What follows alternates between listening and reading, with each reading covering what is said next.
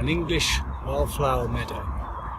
They're very rare these days, and the main reason is that wildflowers do not like being crowded out by grass, and they get crowded out by grass when the grass itself is over fertilised, so it's an enriched field.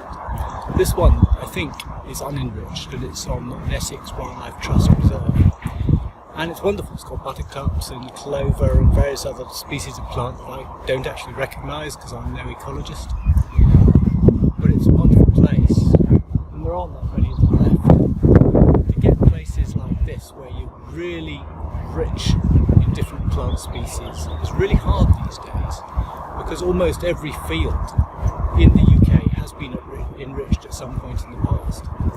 In fact, if you really want to find unenriched fields, you have to go to France or even Poland to try and find them. It's really hard to find. So having a field like this preserved by a wildlife trust is really important, because it serves as a backup resource for the small plants that would otherwise be competed out by the larger, more vigorous growing plant species.